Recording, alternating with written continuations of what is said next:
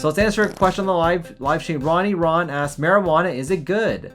Doctor prescribed weed, your thoughts? Oh, this is a very great question because there is now a predominance of marijuana being prescribed for a lot of different reasons, whether it's pain, whether it's to help calm down just whatever's going on with anxiety, whether it's helping out with IBS. And so the data is out there.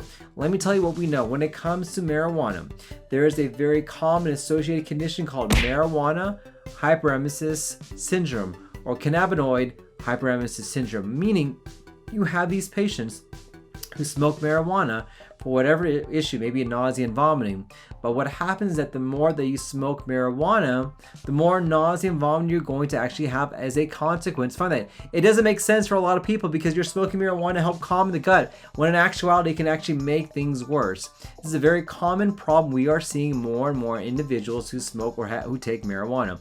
We know that the receptors inside your GI tract, whenever you smoke or have marijuana, get upregulated, you get more of them, and over time you feel this craving to have more and more of that marijuana, which in turn can cause symptoms of nausea and vomiting. Sometimes these individuals will have to have a certain type of shower to help calm them down.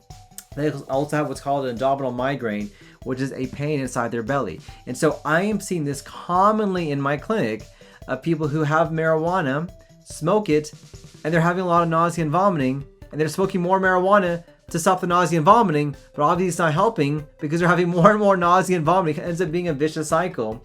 And it can be very confusing for me to help explain to patients, hey, you are actually causing damage to your gut by doing this. And we know that this is an actual syndrome. And obviously the way to treat this is that we have to break that cycle. We have to tear that cycle up, have you stop marijuana, find another means to help manage why you're taking the marijuana, whether it's for pain or anxiety or something like that. And so we are seeing some gut issues, and I think we're gonna get more and more evidence of what some of the long-term benefits and risks are with long-term marijuana use. Great question you guys asked.